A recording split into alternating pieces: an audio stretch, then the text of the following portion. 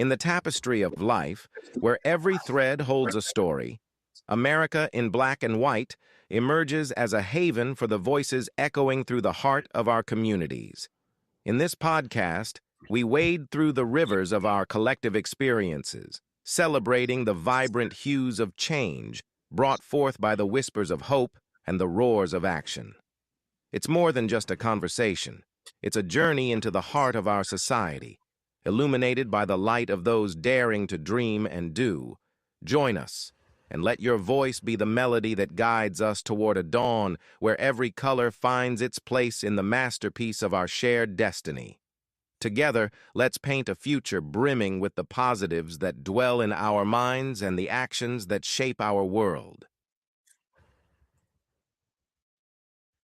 Good evening, ladies and gentlemen, and welcome to another episode of America in Black and White. Let me ask you something.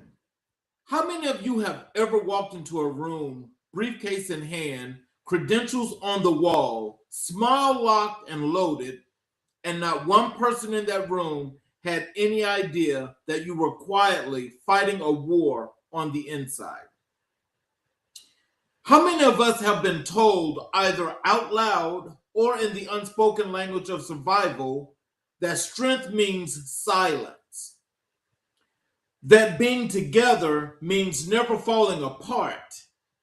How many of us were raised to believe that what happens in this house stays in this house, and that this house included your mind, your pain, and your peace? Tonight, we're cracking that house wide open with love, with courage, and with purpose. See, there's a particular burden that Black people carry in professional spaces. It is not just imposter syndrome, though that is real. It is not just the double consciousness that Dr. Du Bois wrote about over a century ago, though that is still with us too. It is something even more layered. It is the performance of wholeness when you are working toward it. It is showing up as the expert, the leader, the dean, the director, the advisor, the mentor, the anchor for every student who walks through your door, while quietly, privately, courageously walking your own health, your own healing path. And in the Black community, we have been conditioned for generations to call that strength. And in some ways, it is, but tonight, we're going to call it something else. We're going to call it what it is truly: unsustainable unless we talk about it. The silence around mental health in our community did not happen by accident. It was born in a history where vulnerability could cost you everything, where showing weakness was a liability, where the church said, pray it through, and the neighborhood said, handle your business, and the family said, we do not need to tell strangers our problems. And I understand every single one of those survival strategies. I honor them. But I'm also here to say, breaking that silence is not betrayal. Breaking that silence is revolution. And tonight, we have a revolutionary in the building. He is a scholar whose life's work is wrapped around the question of who belongs and who is made to feel like they don't. He holds a PhD in educational leadership, policy, and justice. He serves as the director of advising and professional development at a major Southeastern university, where every day he pours himself into students, shapes advisors, and builds the kind of institutional culture that actually sees people. He is a proud member of Alpha Phi Alpha Fraternity Incorporated, the first, and when the workday is done and the professional mask comes off, he opens the microphone and does something that is frankly one of the most courageous acts of public life today. He tells the truth about what it means to be Black and diagnosed. His podcast, Black and Diagnosed, is not a show about statistics. It is a sanctuary. It is proof that your diagnosis is not your ceiling or calling, it is a door. America in black and white family, I need you to lean in tonight because this conversation is going to challenge you, heal you, and set something free inside of you. Please welcome to the mic a leader, a healer, a truth teller, and a brother, Dr. Gerron Scott. Hello, Dr. Scott. Hey, good evening, everyone. How's it going? All right, how are you? I'm doing great. Just happy to be here. How are you? I'm excellent. Thanks for being here. And before we get into the show, there's two questions I got for you. Did I say your name right? It's Gerron. It's Gerron. Okay, I'm sorry about that. And the second thing is there anything you'd like to say to our audience before we get into the show? Yeah, I'm just here. I'm a very open book. You can follow me online at Black and Diagnosed. I'm very open. Listen to the podcast. We're in season 2. It's great. We're getting a lot of listens, a lot of views, but we could always use more. Some subscribers. Listen, rate the show, and just happy to be here. Great. And so, what I like to start off with, sir, is I like to give our audience the opportunity to learn a little bit about our guests as we get further into the show. And this part I like to call your roots, identity, and your life story. So, can you take us all the way back to the beginning? Where did you grow up, and what did home feel like? What are the sounds, the smells, the people that shaped your earliest sense of who you were? I'm originally from Providence, Rhode Island, smallest state, but it's a very diverse place. Providence is very diverse. I'm Cape Verdean, so my family's Black and Cape Verdean. So I have family, trace my roots to slavery as well, but also from a small African island off the west coast of Senegal. But so I grew up with my uncle. He primarily raised me. I lived with my parents to about age 11, 12. Then through middle school and high school, I lived with my uncle. So the smell is a good question. He cooked, and I remember him cooking. He passed now, but he made this chicken pot pie. It smelled so amazing. And now I'm just thinking back how great that smelled, and it was honestly one of the greatest smells ever. I loved it, and I'm just thinking back. He would cook it, and one of the last things we've done together before he passed was actually make that chicken pot pie. And I remember that day we sat down, we played some chess. That was mine and his game. We would just play chess all day, and we played chess. We made chicken pot pie, and that was it. That was probably one of my favorite memories of growing up. Is before he passed was playing chess and making that chicken pot pie. So, as you think about that then, and when you think about back then and compared to now, shall I say, and thinking about those times and making that pot pie, how good it smelled, and the things that the two of you did together, what did that leave on you? What kind of impression did that leave on you to make you the individual that you are today? It left a great impression. It's just always put your best self forward. Always be there for family. Always be there. Be kind. Be confident. One of the things my uncle taught me was to always be confident in myself. Right. I remember going to college, going to high school. I said I wanted to be a leader. I wanted to be leader. And when I went to college, he was like, "Don't forget to be a leader." And he remembered that from when I was 13 years old, when I said I wanted to be a leader, leaving the college at 17. He said, "Don't forget to be a leader and don't forget to be confident." So he just really just thinking back, and him just remembering that little small little conversation just really meant a lot to me. So, as a young black man coming of age in America, how early did you become aware of the world's perception of you, and how did that awareness shape your sense of identity and purpose? So being in the Northeast, stop and frisk was very popular. So middle school, it's the first time I was stopped and frisked.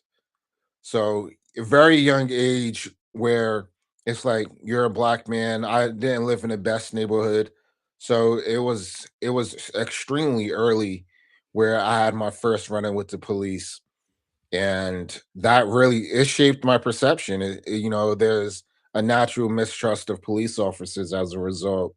You know, I get pulled over and it's just like, is it because I'm black or was it because of moving violation? Right. Right. No, you know something? That is always a thing that happens with a lot of us. And I know that, that can be a bit strange, but did that cause any kind of stress and anxiety on you? Absolutely. To this day, I see police officer. I'm just like, is he gonna stop me? I'm just walking. I'm just walking down the street. Is he looking at me? They look at me and they just see a black man. They don't see my credentials. They don't see my education level. They just see a black man, and it's honestly and truly scary, right? That's all they see is a black man. Right. So, what values were non-negotiable in your household where you were raised in?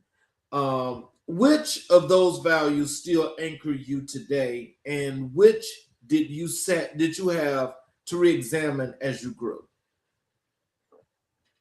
I said what was set was kindness. My grandmother, she taught me to always be kind to people. Like no doubt, like just always be kind. I remember one time in a grocery store, there was an incident and she was just like, that was completely unnecessary. That would have been solved if people were kind to each other. And ever since then, that's just been my MO, just to be just to be kind. And it just always stuck with me. And one of the things I had to re-examine was actually like my empathy towards people.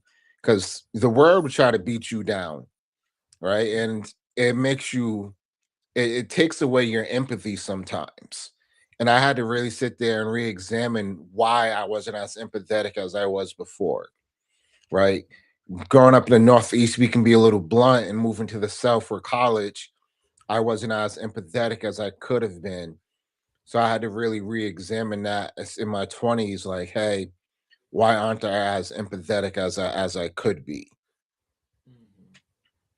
So, was there a defining moment in your childhood or adolescence, a conversation, an event, a failure, or a triumph that you look back at on as the moment something shifted in you and you began to understand your purpose?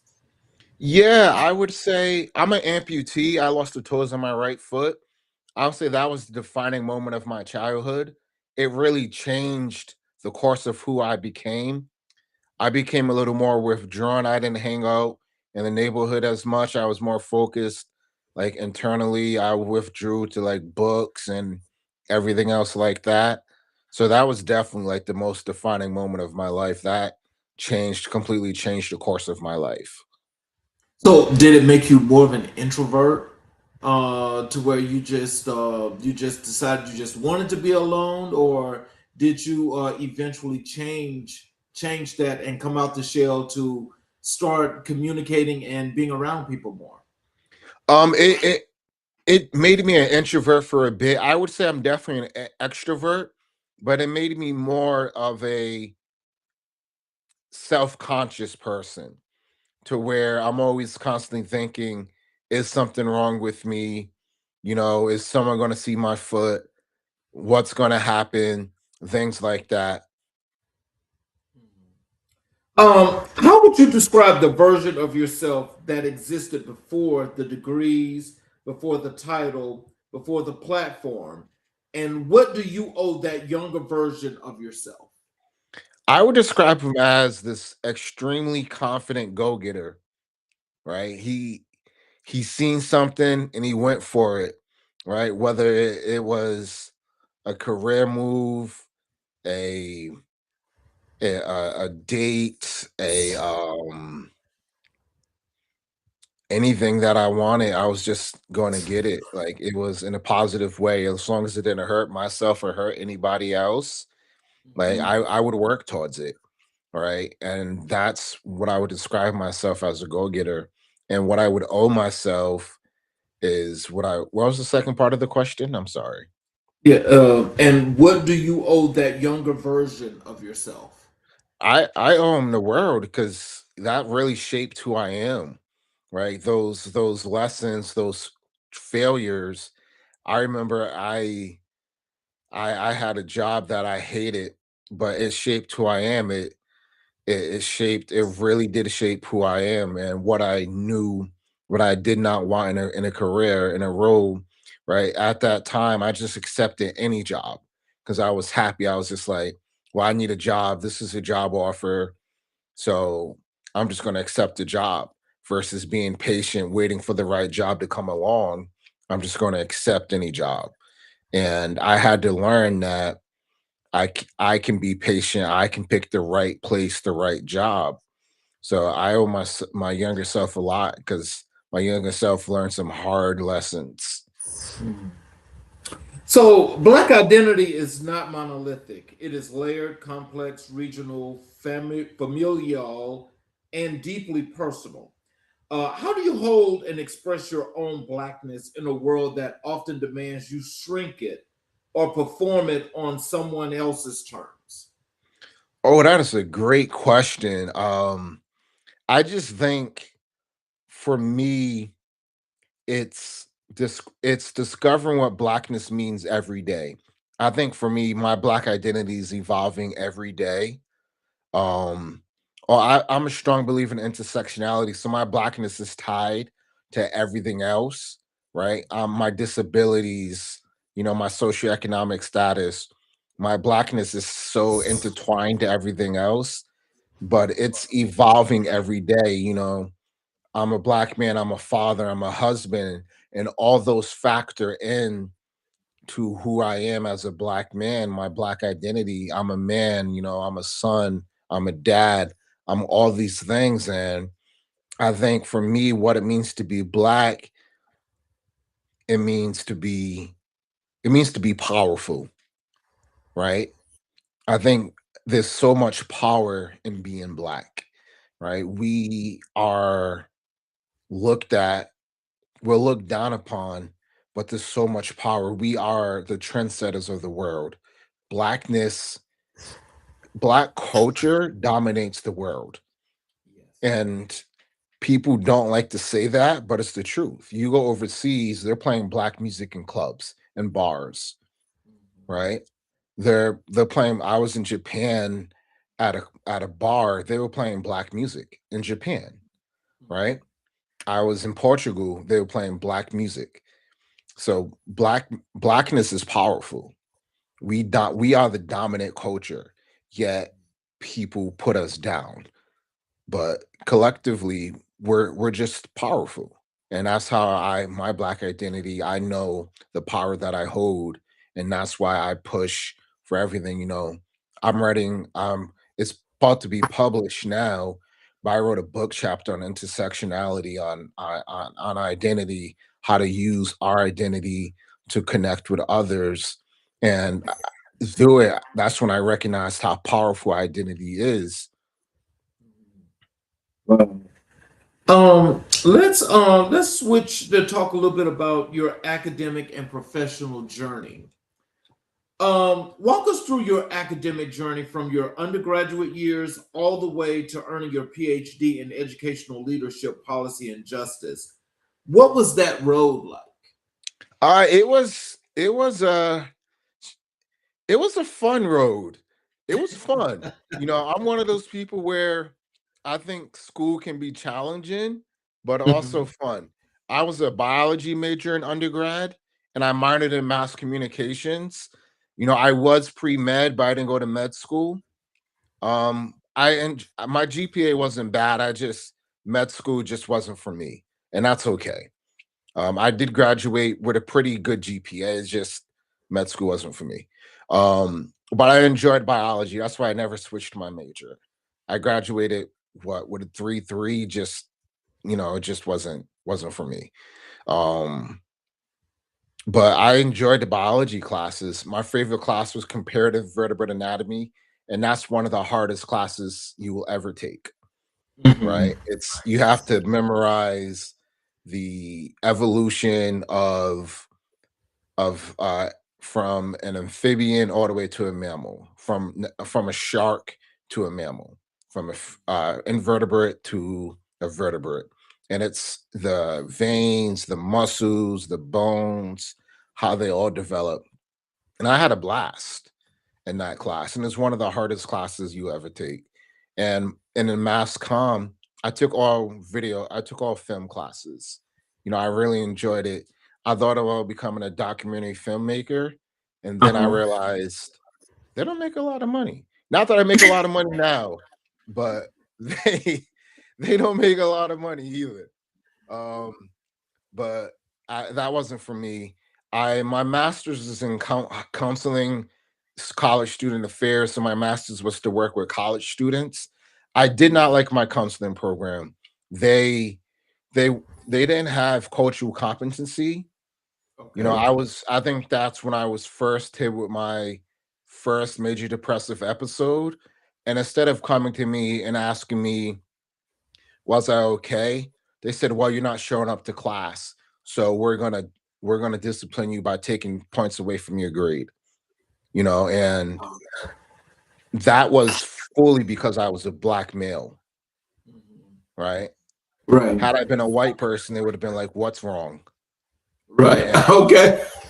Yes, and sir. I You're know that. absolutely right. And I have nothing positive to say about my counseling program. I have not a positive thing. Well, I did have a couple nice teachers, I will say that. But the vast majority of my professors were not nice people. I do not have anything positive to say. But my PhD program, I had a blast in. The professors, every single one of them were amazing people. They cared.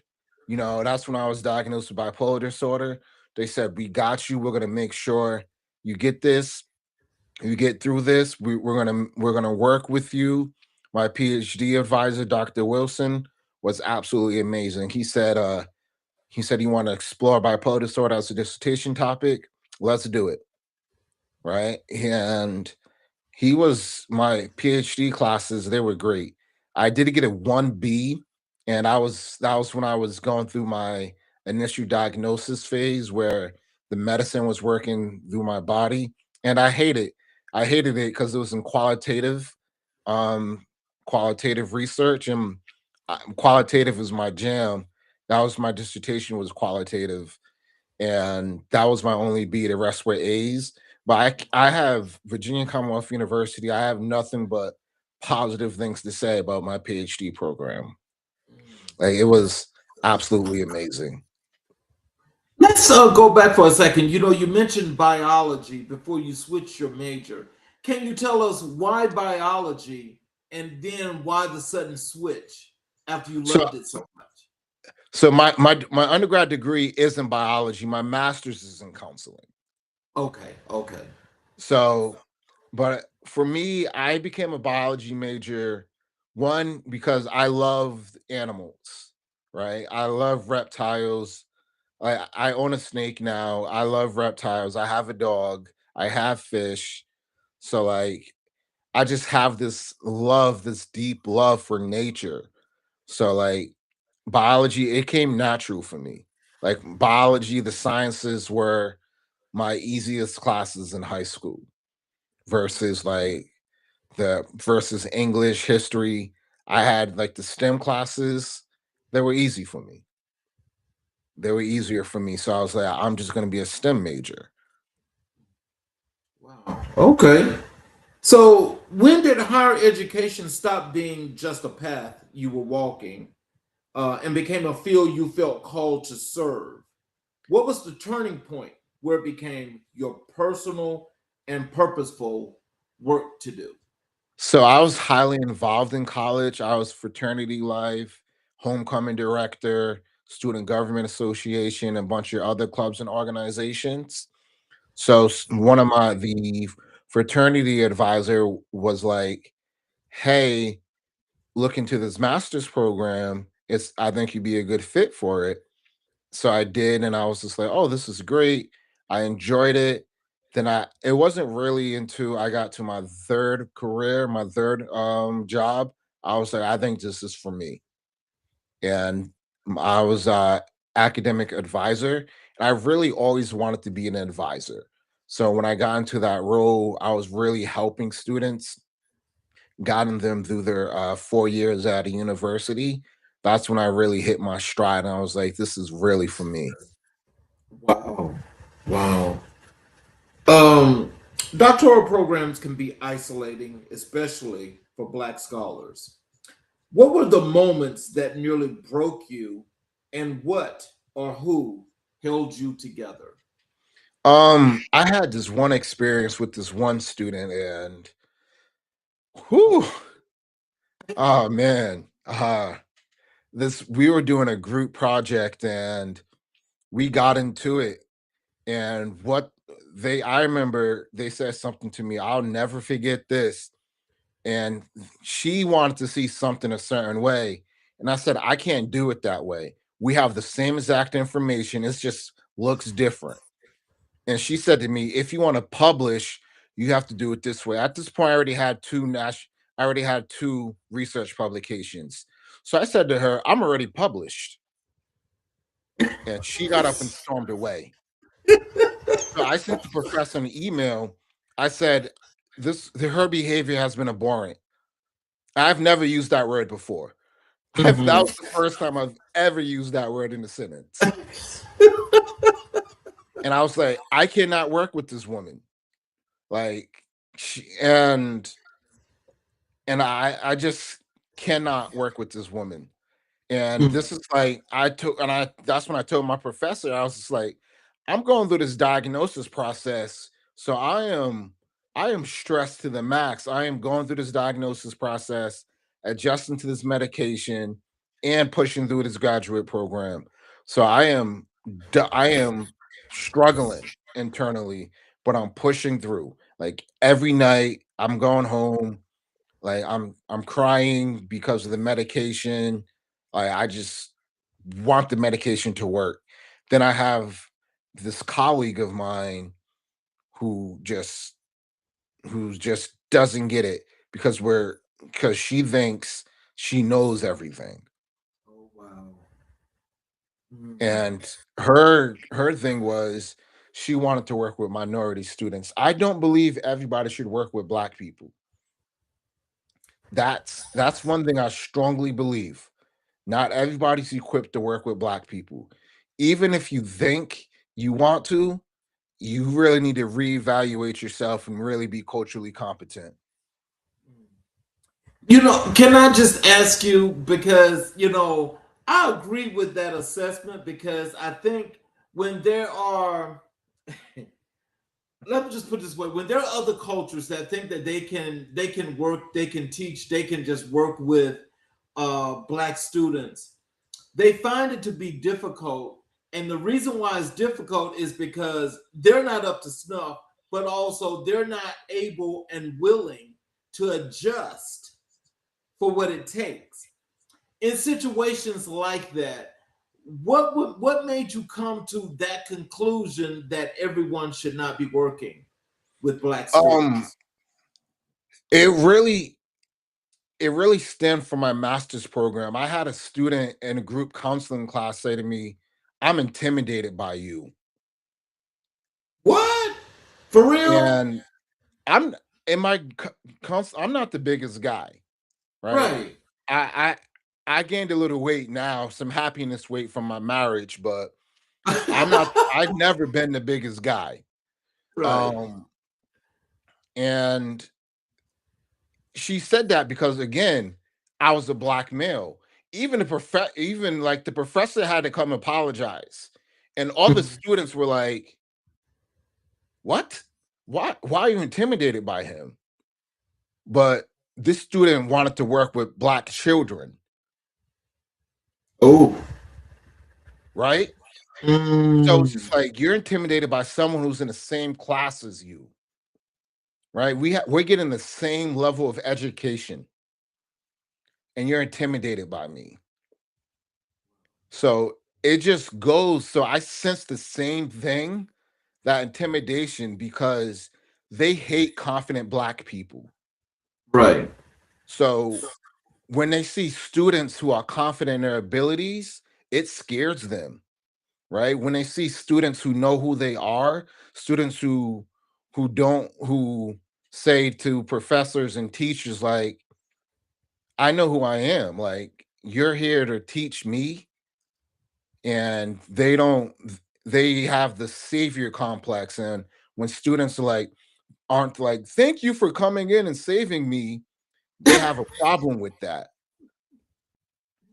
Look, let me. I have a question here in the chat for you. If you could answer this, this would be wonderful. Let me put it on the screen for you. Um, this young lady asks, says, shouldn't it be people working together regardless of color? Absolutely. But again, it goes back to that cultural competency, like I keep saying, right? Mm-hmm. Right. There's no problem with anybody working together as long as they're culturally competent. And to be culturally competent means understanding, Yes. right? It means to not be intimidated by a black person Right. who's sitting across from you getting the same level of education as you. It means recognizing cultural differences, recognizing that people do things differently from you. And again, it stems back to that cultural competency. So tell us about a mentor, a professor, or a colleague who saw something in you before you fully saw it in yourself. How did that belief change your trajectory? Um, I would say my fifth grade, I'll start very, very young. I started school a little late from my accident when I lost my toes, but Mhm. my fifth grade science teacher, again, I've really always been a science kid. I did a project and she was just like, this is really, really good. I'm gonna put you in an advanced science class with like, and so I was taking middle school science in fifth grade as a Oh, result. wow. And she was like, because I handed in the project, I was really, really good. And that really showed how intelligent, how smart I could be. Right. And that started me on a path. Then going forward, I made the honor roll for the first time in sixth grade. And I was just like, oh my God, I made the honor roll. Like that's crazy. So Right. then, I ended up getting straight A's one of the quarters. And just going forward, that just shows if I worked hard enough, I could get good grades. And that from there really just stemmed my love for school, my love for academics. Then going forward, I had a professor when I was doing my dissertation. She said, this is great work. You're doing great things. Looking to grounded theory for your dissertation, and no one's doing, there is no research at the time of my publication of my dissertation.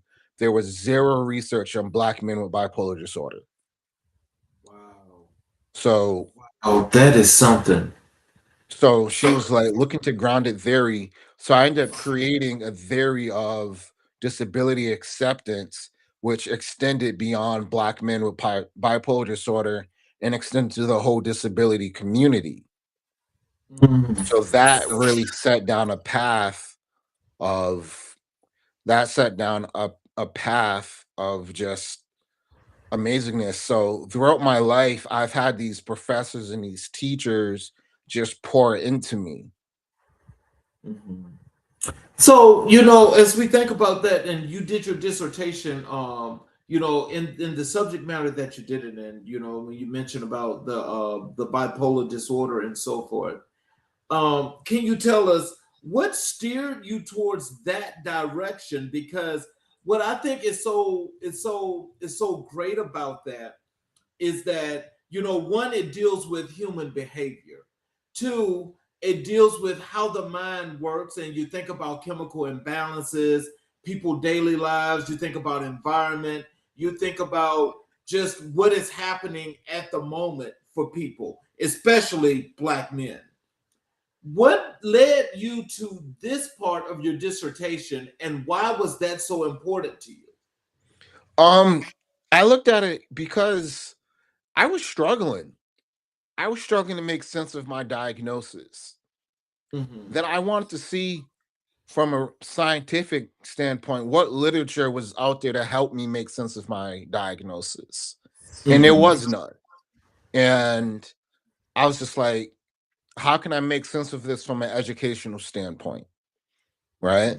What can I do to help them in it from on a college campus to help move the needle? Because oftentimes with black men, it's we're gonna do a black male initiative, right? Black Mm-hmm. men graduate at a low rate, students with disabilities graduate at a low rate.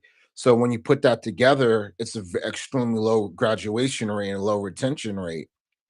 So what I wanted to do, I wanted to move the needle on both, right? It's a small population. It's a very specific population, but if I could help move the needle, that's one group of people where they can say, we have this intersectional identities that we can move the needle on. Your PhD is in educational leadership, policy, and justice, three distinct but intertwined disciplines. How do those three tenses, those three lenses, show up in the practical everyday work you do at the university? I set policy every day. I love making policy. That's my favorite part of the job is setting policy. And that's because it has widespread effects, right? Mm-hmm. It's impacting the day-to-day lives of students, right? It's impacting how students interact with the system. The Mm-hmm. leadership comes, I lead a lot of committees, and justice, we can't use the word social justice anymore.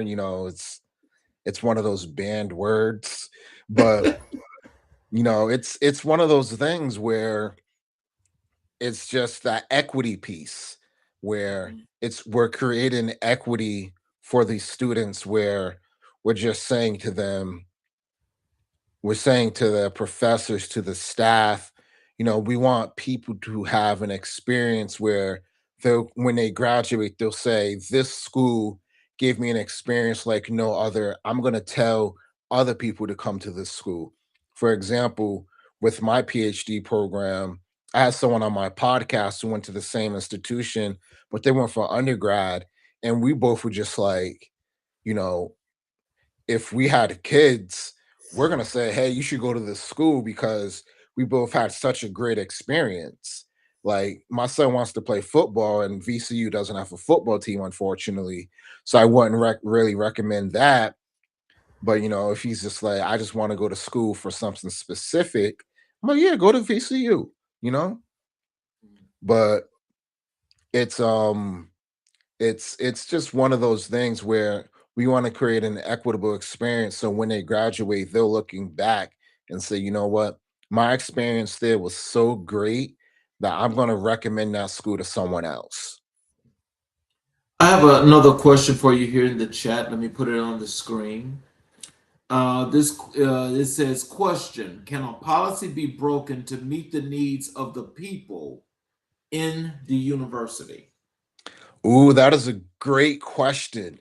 I don't think policy can be broken, but I think it can be interpreted well, right? I think as long as it's interpreted within the confines of making sense, I think so. And I also think policy can change to fit the needs. For example, when I was at my first institution working, there was a Title IX case, which is deals with like sexual assault, sexual cases, and stuff like that. Where a student was appealing her grades, and they said, she has to write a letter detailing what happened. And I was like, I had to email my boss, tell my boss, like, hey, they want her to write a letter detailing what happened and basically re-traumatize her. She's already scared to go to class because she has to see the perpetrator. So my boss was like, that's unacceptable. So one of the things we did within the policy was talk to the Title IX office, and they said, we'll write the letter. on Okay. behalf of the student. So that's one of the things where the policy can be interpreted to favor the student or favor the person. Oh, wow. What would you tell young black men or women today who is considering pursuing a doctorate but feels like the academy was not built for them because the data suggests they're not entirely wrong? They're not wrong. They're 100% not wrong. But again, I think it goes back. This is the theme of this is culturally competency, right? It Right. goes back to finding a culturally competent program. I was fortunate enough to go to a highly ranked program, but it was at an urban university, a very urban Ah, university, right? So that was key for me. It was a university that was in the heart of a city, and it was people who understood their assignment, right? They were preparing people to work in urban environments. But it goes to finding culturally competent programs that understand that they're going to have people of color, they're going to have people of color on staff, right? Or they're going to have, if there's not a lot of people of color on staff, you're going to have that conversation with them. You're going to say, this is my research interest. Will you support this? And typically, when you do a PhD program, especially in humanities, you're talking to the people ahead of time. You're saying, hey, this is my area of interest. Will you support that? Or you're talking to like the coordinator or the program, what's the word? Program coordinator or the program what's the program recruiter, the recruiter of the program, and you're saying like, hey, this is my research interest, and they'll tell you this professor might be a good fit for you, and you go have a conversation with them. Then when you apply, you're applying directly to the professor more than likely. okay. So that way you be matched with someone who will support your research interest. So you won't be matched with someone who will be like, you can't do this. Right. So that's just really one way to find a good professor. So let's move over and talk a little bit about your work as director of advising and professional development. For people who are unfamiliar with what director of advising and professional development actually does, can you break it down for us? And what does your average day look like? And what does it feel like? I'll give today as an example. Today I met with our director of industry partnerships, and what we did, we planned out the semester of the professional development piece. We talked about like resume, career fair, internships. We talked about graduate school, how to prepare for graduate school, what a gap year looks like, all those different things like that. And the advising piece is really setting the policy, working with the undergraduate advisors, making sure that they have what they need to succeed, talking about the different classes that students need. Um, we're and training the advisors. That's a big piece of what I do is provide the training for the advisors. So what is your advising philosophy? If you had to write it on a wall in your office for every advisor you lead to see and to live by, what would it say? Oh, that's good. I love talking advising philosophy. Um, I would say the first part of my philosophy is to be student first, right? And what I mean by that is to remember that we're there for the students, and we're there for the students to matriculate through college. The second part of my philosophy is to develop myself to be the best advisor that I can be. And that means going to professional development, highlighting myself, doing professional development. One of the things I think I mentioned earlier was I'm writing a book chapter. So taking part in professional development of advisors. So that's part of my philosophy as director is helping provide training for other advisors. My third part is is being flexible within my advising style. There's appreciative advising, flipped advising, career coaching advising, all these different types of advising. So really finding the right approach for the students and being flexible in that. So that's like the TL short version of my advising philosophy. Okay. And so, leading a team of advisors is different from being an advisor. Uh, how did you grow into the leadership dimension of this role, and what were the early humbling lessons? It really just started. I always knew I wanted to be a director of advising. So what I did was I led committees, right? I said, you're looking for a leader of this committee, let me lead it, right? So academic advising is very at the basic level, you don't lead teams. I got a graduate assistant, a couple of those. I wrote some grants. I did presentations. I did all these things to build my resume up to become a director. And a humbling experience. There's so many humbling experiences when you start out. It's learning. I remember one of the first papers I read in grad school was "Don't drink the water," and basically that is learn where you're at, right? Don't go in there to try to change things the first week. And so one of the things that I learned was don't go in there and expect people to be your biggest cheerleader yet, because they're still failing you out, right? And it was humbling to see that, people like I've been here before, and those people who interviewed for my position that I was now over. Oh, wow. So it was really just massaging some egos and saying, I have your back, and people were saying, I wanted your position. So it was kind of humbling to see that. So, are they still trying for your position? No, I think we smoothed that out. Institutions are complex, political, and often resistant to change. How do you navigate the tension between advocating fiercely for students and working within systems that were not always designed with them in mind? Oh, um, you gotta find allies. I'll give you an example. We've recently instituted a policy where everyone has to use the same documentation system. And, you know, there were faculty members who did not want to use that system just because they're like, I've been here 30 years and this system's only 6 years old. And I like the way I was doing it before. But again, it goes back to that equity piece where students weren't getting the same treatment. They couldn't review the notes that the other advisors were making.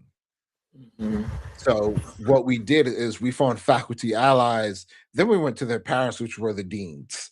We said, we were like, "Hey, deans, this is why it's important." So we ended up getting some buy-in from the deans, and the deans were like, "Hey, we need you to do this." So that is how we did that. I have another question for you here in the chat. I'll put it on the screen for you. It says, how do universities treat students of different colors? I don't know what that means. I think if I can take a stab at that, um, it depends on the university. Um, More urban universities or students with more diverse populations treat students differently than universities with less students of color. I would say at the institution I was at previously, they really focused on that students of color population just because they needed that retention rate. That factored a lot into the retention rate and graduation rate. The institution I'm at now is majority white by a lot. I would say maybe 80% white versus the other one was maybe 55, maybe even less white. Um, so it really just depends on an institution. With the Dear Colleague letter that I think the ended up getting reversed, but they got rid of a lot of diversity offices.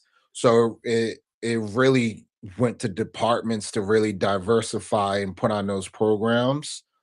So from my viewpoint, it's been difficult, to be honest with you, for to find programs, especially on campuses with a extreme majority of white students and a small population of students of color. So let me just ask you this because I don't want to put words in your mouth, but that sounds really interesting to me. It sounds like what you're saying is that at PWIs have more of an issue with that situation because there's less students of colors. There's not really more of a diverse population. So for them, that's not really an issue. But when you go to more urbanized universities that's really, really diverse, they deal with those situations accordingly. Did I hear that properly? Not necessarily, because there's still, even at PWIs with a large majority of white students, the students of color still need to feel comfortable, right? Right. I Even understand that. more so, because oftentimes they might be one or two students of color in their classrooms, so it can be really isolated. But and today, on today's college campus, they can't really do a lot of diversity programs. So it's really up to the student organizations to do the programs, to the fraternities, the sororities, for the Black student unions to do the programs. It really can't come from an institutional level. So in that situation, this question here that's just been put in the chat, I'll put it on the screen. He asked, how far have universities come in the world today, in your opinion? Today, my answer 2 years ago, my answer would be completely different. Um, but today, I think they've been set back about 20 years. Ooh. You know, I'm not going to even. I'm not going to even say anything now because I've said that that's because of what's happening today. That's Yeah, why. That's why that's the case because it's not just the the Department of Education. That's pretty much a lot of pertinent things in this country have been set back 20 years, and exactly. it's going to take 30 to 40 years to actually correct that if they can course correct. Yeah, it's gonna take a long time to course correct, but Yeah. it's been set back maybe more than 20 years. It's been set back a lot because they can't do a lot of programs that they used to do. There was a real focus on getting minority retention rate, getting that retention rate, getting those scholarships. A lot of institutions can't even give up minority scholarships anymore. There was Right. UNC Wilmington who were giving out scholarships for minority students, and they were like, you can't do that. So they actually took that scholarship away. The family took that scholarship away and said, well, we're not just going to do it at the university anymore. So it's an ongoing thing. So, what does student success mean to you beyond GPA, graduation rates, and retention metrics? What are you actually measuring when you ask yourself if your team is doing the work well? I think holistic development, I think, do students feel ready to graduate? I think that's important because students can graduate in 4 years, 5 years, 6 years, but do they feel ready to tackle the problems of the world? Right? Are they feeling prepared, right, to be global citizens? And what I mean by global citizens, are they prepared to be a good person? Are they prepared to be someone who can say, I'm proud that they graduated from this institution. Mhm. So as you think about that and your work as director of advisement, how do you guys, with your department, with your program, with the part of the school that you work with, tell us, how do you guys fit this in with the work that you're doing out in the community as you getting these new students that are coming in that need to either learn about diversity, learn what university life is like, just all of those good things to make them understand what they're getting themselves into when they come to your school? So there's a lot of first year programming and programming beyond the first year that really helps the students get integrated in the community. So where I'm at, it's more of a rural campus. So the city is really and revolves around the campus. But there's a lot of like off-campus activities where they really want the students to get involved. Right. So it's basically like, here's the city, here's the keys to the city for the students. Wow. So now this right here is this is a really good question for you. I'm gonna put it on the screen for you. He asked, "How do you feel when you see graduates become working members of society?" It actually feels pretty good when they become positive working members of society. Um, and I say positive because there are some people who get out there and do negative work where they go out there and say, you know what, I'm going to tear other people down, right? And that's the reality of it. But when I see people going out there be successful and in their careers and saying, you know what, I'm just gonna go out there and they don't necessarily have to be out there helping people, but they can be out there contributing to their field. And that to me feels amazing. And this is I'm going to ask you this question. This is, I think, is a question that's also relevant to not just the work you're doing, but when we talk about your students. Is there a student story, one you can share without compromising privacy, that crystallizes for you exactly what this work matters and why you show up every single day? Oh my God, there's so many. I remember we were down to 3 advisors for 2,000 students. Yeah, that was crazy. 2,000 students for 3 of us. And for some reason, students, they find who they really like and they attach to that. I had a student with a 1.7 and I said, hey, you have to get your act together. And he sat down, he said, how do I get my act together? And we sat down and we talked about it. We spent this couple of sessions and said, you know, this is what you need to do. And he took it. I was very blunt.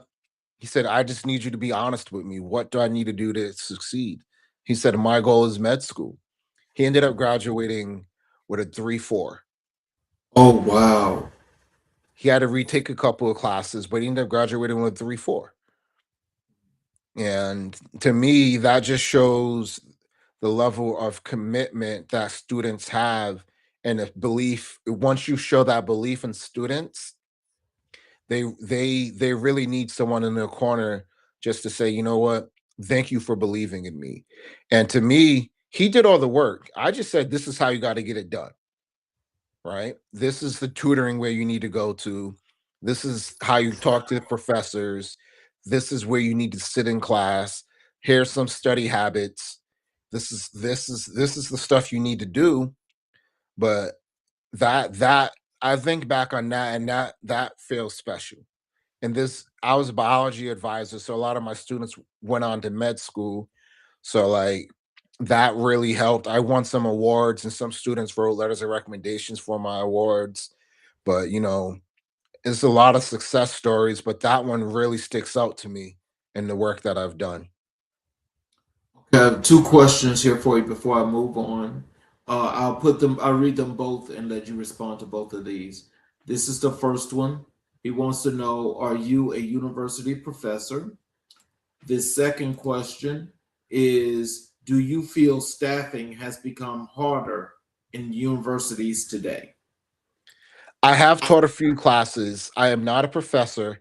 I thought about going that route, but tenure track is getting harder to get, and I would only feel comfortable being a professor if I got tenure track, and that is getting harder to get.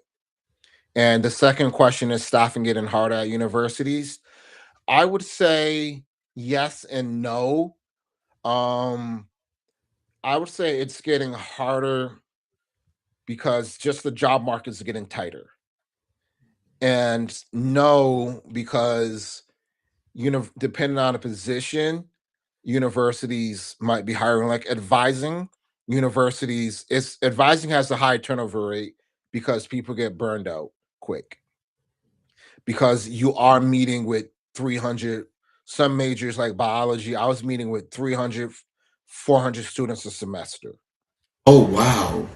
right? That's a lot for one person. Yeah, it was a lot. I was during registration season, I had 10 meetings a day.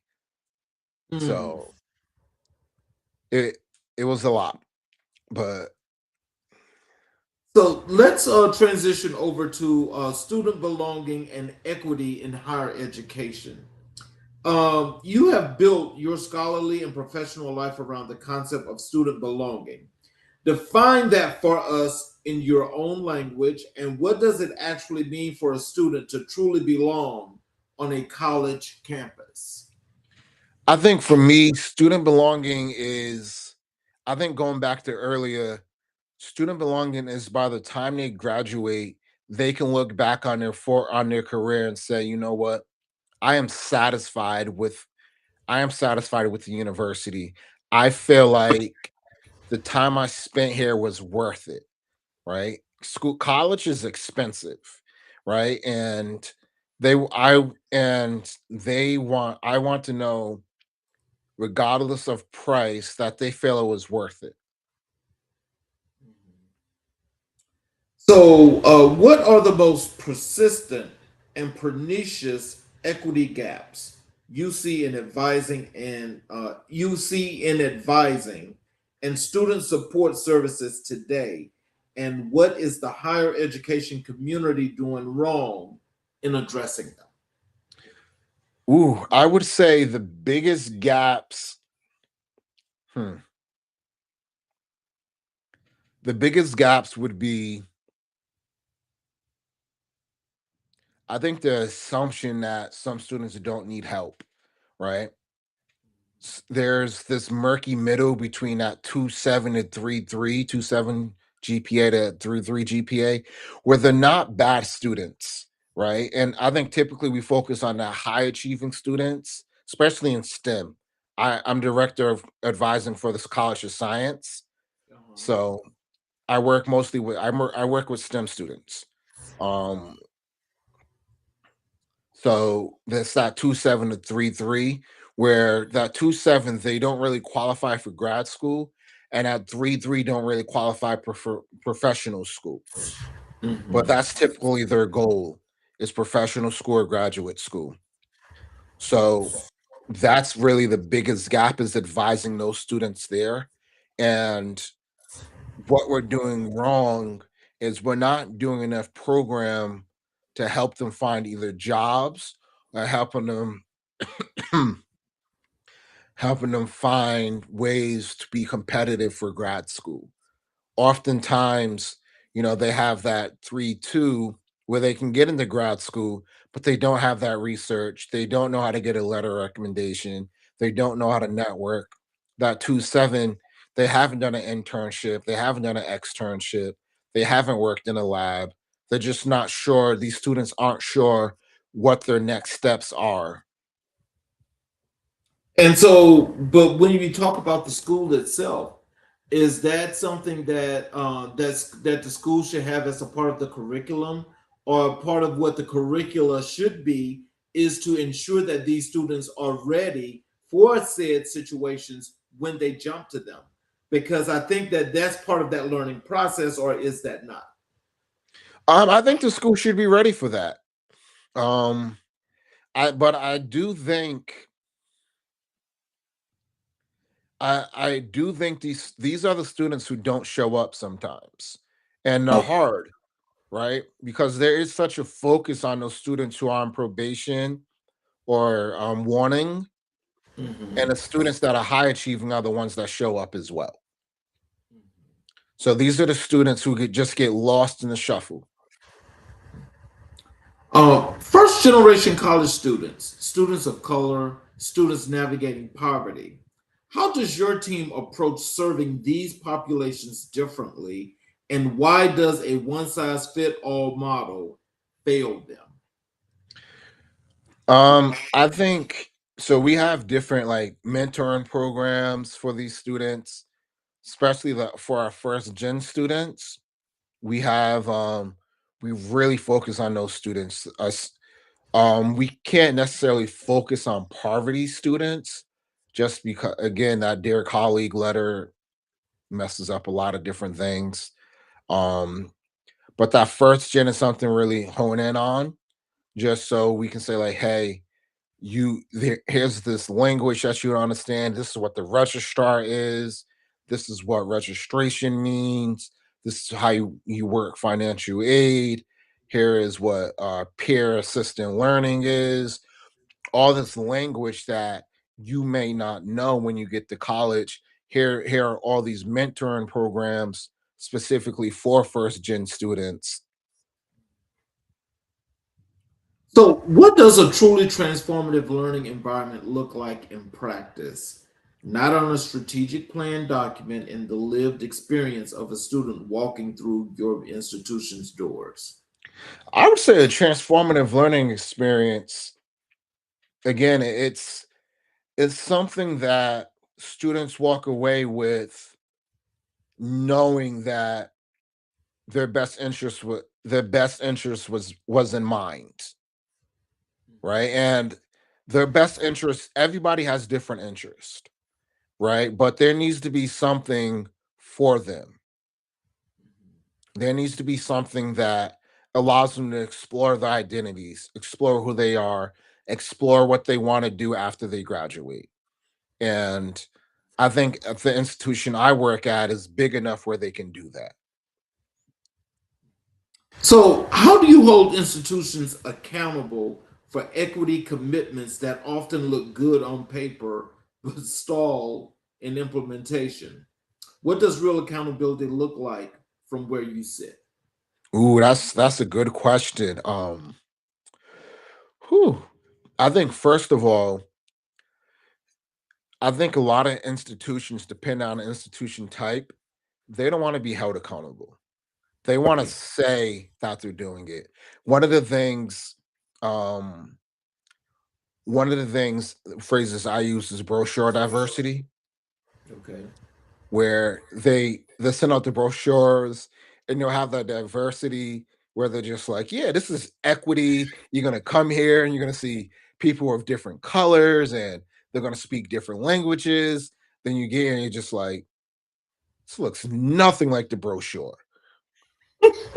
So I think there's a lot of colleges and universities, especially some of these bigger universities and more well-known universities, they don't want to be held accountable.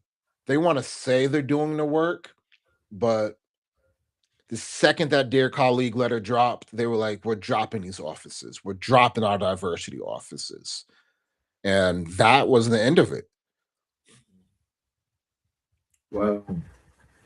Um, if you had full authority to redesign advising and student success infrastructure at your institution from the ground up, what would you build and what would you tear down first? Whew. I think the first thing I would tear down is the accommodation office. One of the things I found out when I was doing my research was there was this accommodation office that gives provisional accommodations where if a student comes in and says, I need accommodations, this is why, here's some of my documentations, they give them accommodations for a full semester. And there's other offices who say, without that documentation, you're not getting anything. I think giving accommodations is key because that's the difference between a student succeeding and a student not succeeding.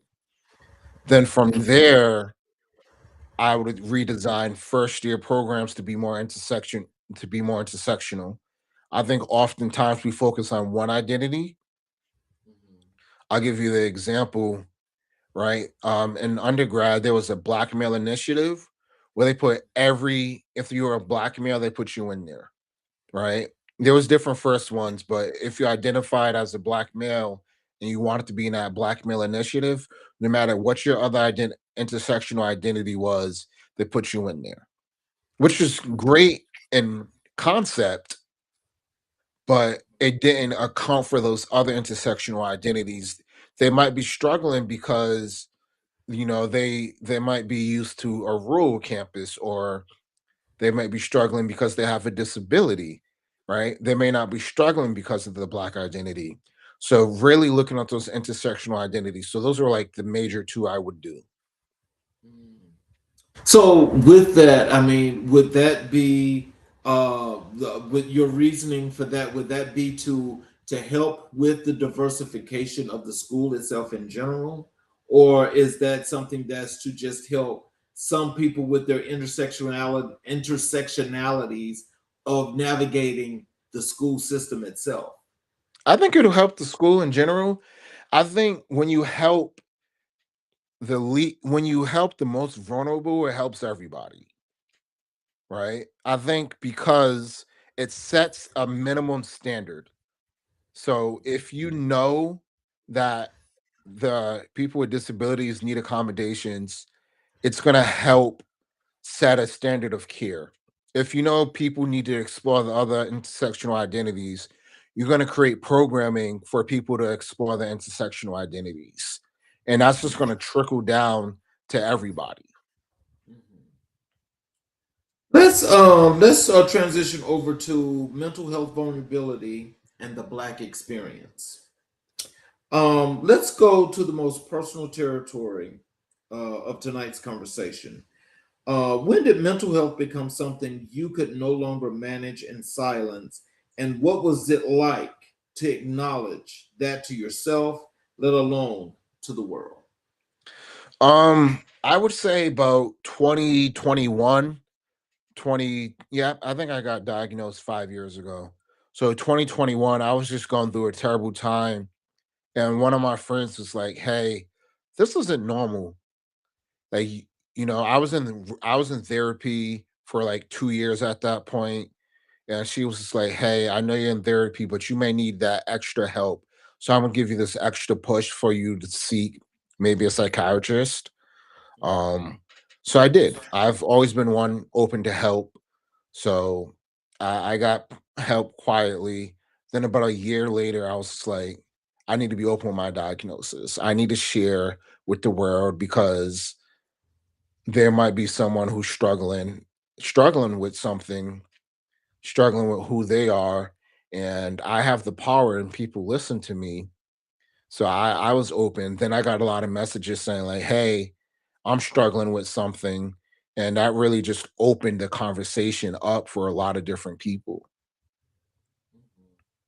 Wow. So with that, I mean, and you just felt, I mean, it was just like a natural thing that, since you have this connection with people and it was something that you was going through, and it sounds like this was also during the COVID time.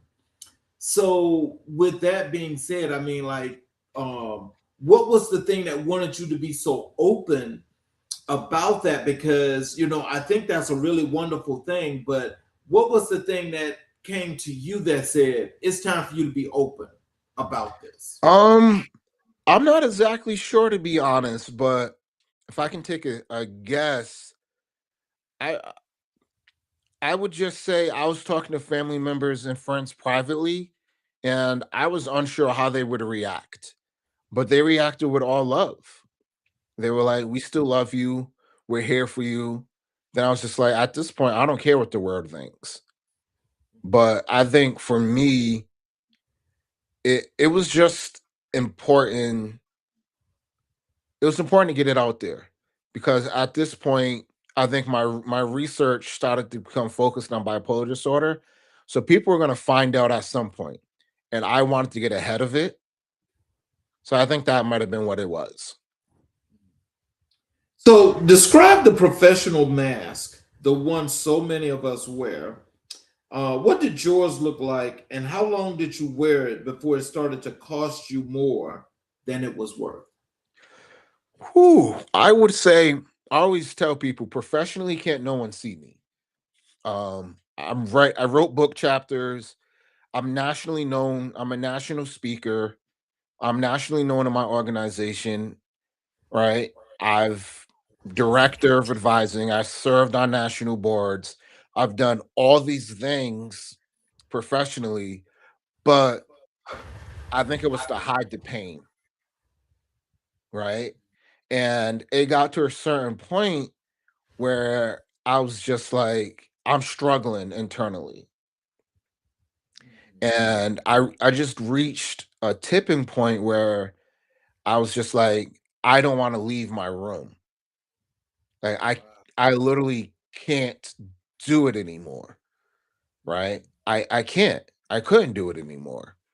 So I think that mask started to crack about a little bit before I got diagnosed, right? My friend noticed, she was just like, hey, you're not behaving like your normal self. You're not, you don't want to go to class. You're not showing up you're not showing up for yourself, let alone others. And I think that's when it started to crack, when I stopped showing up for myself. Mm. So, can you describe to us what were some of these things that that you were experiencing? That people were showing, and what your friend was telling you that they saw. It was a lot of like hypomania, well, mania. Like I was being impulsive, staying up late, just a lot of grandiosity, things like that. Just a lot of like a lot of the symptoms of bipolar disorder I was just displaying. We weren't sure what it was, but or if it was anything for that matter. So, but it was something worth checking out. Um, there's a cultural theology in many Black communities that says God won't put more on you than you can bear, and in that theology, however intended, has sometimes been weaponized against people who needed clinical help. How do you hold your faith and your mental health journey simultaneously? Oh, that's a good question. I remember I met up with a friend in New Orleans, and they were like, "Hey, what you going through? It's just God testing you, and God won't put anything more on you than you can bear." I swear that was probably verbatim. And I was just like, my life is it's a crap show. So I I I, I think he put a little more on me than I could bear. Just a smidge. So I think I hold him simultaneously, knowing that God created who I am. So it's part of my journey, right? God created medication, right? He created the doctors, he created the psychiatrist, he created the labs, right? He created all these things. He created this so people like me can get help, so we can live healthy lives, so we can glorify him. So that's really how I hold that. What does healing actually look like in your life today? Not the Instagram version, but the real, unglamorous daily practice of it. What are you still working on?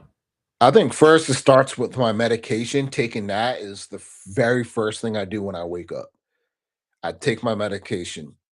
But I think it starts with being honest with who I am and my faults. I think that's part of being of healing, is knowing who I am. Then from there, it's keeping myself out of trouble, right? And that means not associating with people and things that'll bring me back to the old me. It means meeting with my psychologist regularly, meeting with my therapist regularly, talking to my wife regularly, talking to my son regularly, talking to my family regularly, you know, doing all these things, listening to audiobooks, doing my podcast, all these things that bring me pleasure and joy without making me manic. Oh wow. That's so is that like a step above bipolar disorder? So there's two bipolar 1 and 2 are a little different. Bipolar 1 usually is has mania and bipolar 2 has hypomania. Okay. Black men are statistically among the least likely to seek mental health treatment. As someone who has lived that statistic and broken from it, what do you understand now about why that gap is so wide and what needs to change? Um I think they just don't know, right? Because I thought it was normal behavior. I thought the hypersexuality was just me being in my late 20s, early 30s, right? I thought the grandiosity was just me being confident, right? I thought the impulsivity was just me being, you know, cool, right? Or just being, I thought there was nothing wrong with the impulsiveness, right? Right. I thought all these things were just character traits, right? And because I was never an angry person, so that wasn't part of who I was. So I never seen that. So it was hard to diagnose that or see that as a problem when I didn't have necessarily the of positive side effects of bipolar disorder because those things were negative, but I never had that anger or those things that also come along with bipolar disorder. But the lows were so low, the depression was so low, but I thought it was just sadness, right? I was like, everybody gets sad from time to time, but my sadness was so deep. But I was just like, people get sad, but I didn't realize how sad it was. So I think for a lot of people, I think is they don't know, they don't realize they need help. And I also think people people are not necessarily afraid. I don't want to use the word afraid to get help because I don't think they're necessarily afraid to get help, but people people don't want to be judged for getting help, right? They don't That's want to be understandable. they don't want to be told that they're crazy, right? There's that big stigma. That right? People you tell people you're bipolar, they're like, "Oh, you're crazy." Right? And I don't and like I said, I don't think people are afraid to get help. I think they're afraid I think they don't want to be called crazy. So it's that stigma is what's causing the problem. Yeah. Um, Final question for you. What would you say to the Black professional sitting in the audience tonight? The one who has it all together on the outside and is quietly terrified on the inside, who is not sure they are allowed to admit they are struggling. I would say first of all, find a safe place within yourself. It doesn't have to be a safe place outside yourself, but find that safe place, listen to that quiet voice within yourself. Find it, sit down with it and say, "Self, let's reflect. Let's discuss this. Let's see what's really going on inside of me." Then say, "You know what? Self, I discussed it with myself. Let me go discuss it with the proper help, the proper person. Is it a therapist? Is it a psychiatrist? Is it a life coach? Is it is it someone else? Let me discuss with the person I need to discuss it with, right? And then from there, I think you'll be able to better manage that." So, are there any words of wisdom and encouragement you'd like to leave for our audience? Tell them how to connect with you on social media, your website, how to watch, listen to your podcast, any of those good things. Yeah, I think for the listener is, I think, like I said, my two things are being kind and confident. So if I can leave you with anything, it's to be kind and confident. Always be kind to yourself, be kind to others. I think there's not enough kindness in this world. We see it every day where people just aren't kind to one another. And no matter who you are, what you are, your nationality, your race, your sexual orientation, just be kind, right? And be confident in yourself.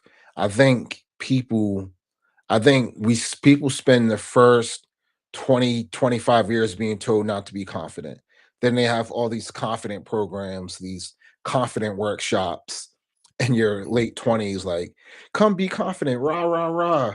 But have that sense of confidence in yourself and be confident in others, right? Trust others. But and I think go back to that cultural competency. Be culturally competent, right? There are people who look differently than you, and but sit down to understand them. What is it? Seek to understand, or whatever the 7 habits of healthy people. Seek to understand first. Um, but you can reach me at Black and Diagnosis under my name there. I'm on Instagram. And the Black and Diagnosis on Spotify and Apple Podcast. Those are the two main places you can listen to. We're unveiling video podcasts on Spotify and YouTube in the next couple of weeks. So you can look out for that in the next couple of weeks. But Spotify, Apple Podcast, give it a listen. They're really good podcast. Rate them. They're really strong. Info at gerronscott.com if you like to collab or want to reach out directly. Info at GERRONSCOTT.com. Black and Diagnosed. And if you have any questions, just please reach out. I'm very friendly. I love talking to people. And thank you, Charles, for having me on the show. Oh, yes, sir. We definitely there's a lot that we didn't get the chance to get to. We definitely got to have you back. And so I'm just looking forward to following you and especially listening to your podcast because I'm sure that is very, very interesting and it's very informative. I think for anybody that wants that sound mind and peace of mind, your mental health is always where you want to be. You want to be strong on that. Um, so in closing, after I close the show, do you have a couple of minutes to stick around? Yeah. Okay. I want to thank each and every individual for watching the show. Those of you who have been here the entire time as we watched the show. I want to thank you for your support as always. Also, for those of you that are watching on all of our channels, especially the YouTube channels, for the new people that have not yet subscribed and enabled all notifications, I would ask if you would please support us by subscribing, hitting all notifications, as well as liking and sharing this video with all of your friends and family. And so in closing, we say a lot of things on this show. We have conversations that challenge, conversations that celebrate, conversations that push us to think different. But about who we are and what we carry. But tonight was different. Tonight felt like a window thrown open in a room that had been closed for too long. Dr. Gerron Scott sat with us and did something that very few public figures in any space are willing to do. He told the truth. Not the curated truth, not the version of truth that has been run through a publicist and a public relations framework, the real truth about what it costs to carry a clinical diagnosis through the halls of a university as a director, as a PhD, as a leader that everyone looks to and no one checks on. When he talked about removing the professional mask, I felt that in my bones. I know some of you felt it too. And then there was an image of his, there's an image, that, the spiritual anchor, of people that come to who we are and those people that love us. And in this case, we're speaking of, the women that were so important in his life. You could feel here in the room tonight, you could feel what it meant to have someone believe in you so completely and so unconditionally that their belief becomes the bedrock you build a legacy on. That was sacred. And Black and Diagnosed, his podcast. Family, if you take one thing from tonight, let it be this. Go listen to that podcast right now, not later, now. Because what Dr. Scott is building, there is a sanctuary for every Black person who has ever sat in the parking lot of a therapist's office and driven away. For every Black man who has swallowed his pain because he thought strength meant silence. For every Black woman who has held everyone else together while quietly coming apart. That platform is a lifeline, and it exists because one man decided that his diagnosis was not a secret to be hidden. It was a story to be shared. To our American Black and white family, share this episode not just because it is good content, but because there is someone in your life who needs to hear it. Someone is struggling in silence. Someone is performing strength and running out of performance. Send it to them. Tell them they are not alone. Again, follow Black and Diagnosed. Follow Dr. Scott wherever he creates and wherever he leads. And stay with us here at AMIBW, because this is what we do. We bring the voices that the world needs to hear, and we make sure they are heard. I'm your host, Charles Zachary King, and this has been American Black and White. And tonight, as always, we chose truth. We chose light. We chose each other. And until next time, be well, be whole, and never let the world convince you that your story does not deserve to be told out loud. Good night, and we will see you guys tomorrow night for another great show. I want to thank you all for being here again.